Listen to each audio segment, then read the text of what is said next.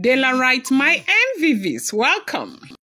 Report reaching us right now is that the Giesi ruling house is fighting the Ooni of Ife and fighting the Ooni of Ife so much as he has been accused of ignoring spiritual warnings. That if he does not bring Naomi back, if he does not reconcile with Queen Naomi and appease her mind and bring her back, that there will be a very serious, problem in that palace. That they have been warning since the last 1 year that he's been, every time there is this warning, there is this a problem in the palace that is as a result of the fact that Olori Naomi is not in a good place with the royal family or the Ooni of Ife. They go and they continue to appease the gods, they continue to appease different gods and all of that. That he was the one who presented Olori Naomi to the gods, and that if things continue the way they are, that they are afraid of the kind of problems that the palace might face. And that is why the Giesi family is very, very upset with the Ooni of Ife, and that they have accused him of, ignoring spiritual warning. That he needs to do everything that is within his power to bring Olori Naomi back. Each time Naomi is not in the palace or something goes wrong with Olori Naomi, things happen in that palace. And these things are happening because the ancestors are saying something to them. And they know everything that goes wrong. They know the kind of abnormal things that happens in the palace. Take, for instance, recently they said there were lots of apparitions in the palace. Now, you do know that the Giesi ruling house are the people in power right now. And in the Giesi ruling house, they have elders upon elders that are protecting their throne. Because, yes, the throne came back to them after a very long time. After being marginalized for so many years, the throne actually came back to them.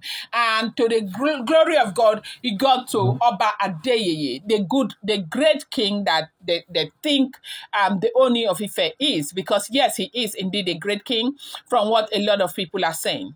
But you know also that it is their duty to continue to protect the throne against, anything that might happen. Because if anything goes wrong with the throne now, it's going in circle. It's going to go to the next ruling house. It will not return back to Giesi ruling house. And when you see them trying to make effort to protect the Ooni of Ife and to protect their throne, this is the reason why.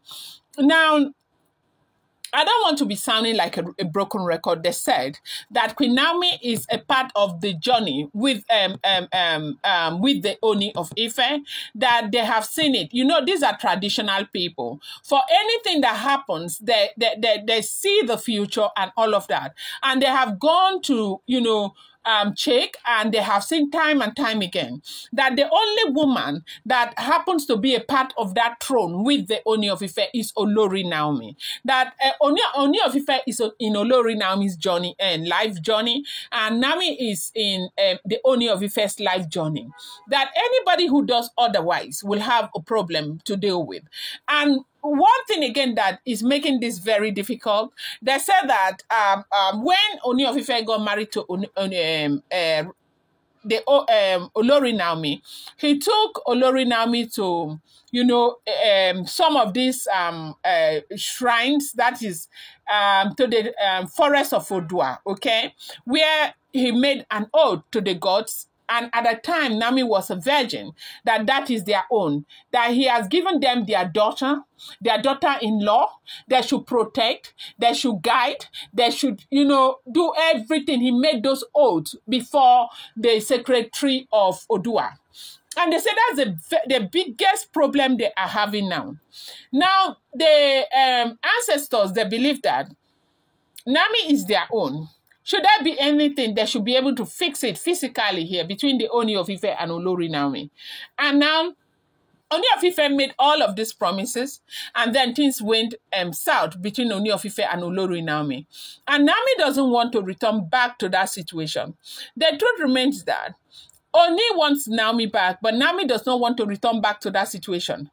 Now, for those people who continue to blame Naomi for not wanting to go back to her husband, We have all seen what has happened. We've all seen what Naomi has gone through in the last couple of months and years. How is that fair? And how do you think that Naomi can ever be safe in the life of the Ooni of Ife? This is a question that everybody is asking, and that's the question I am also asking. Before people begin to blame Naomi for not wanting to go back, this is what is going on. But right now, as we are hearing, if the information is correct, they said the Giesi ruling elders have come with some Ifa priests and all of that. They are staging a very serious protest against the fact that Ooni of Ife is ignoring spiritual warnings that might, crumble the throne, that might take the throne away from them. That's the Giesi ruling house. They said this is what is going on.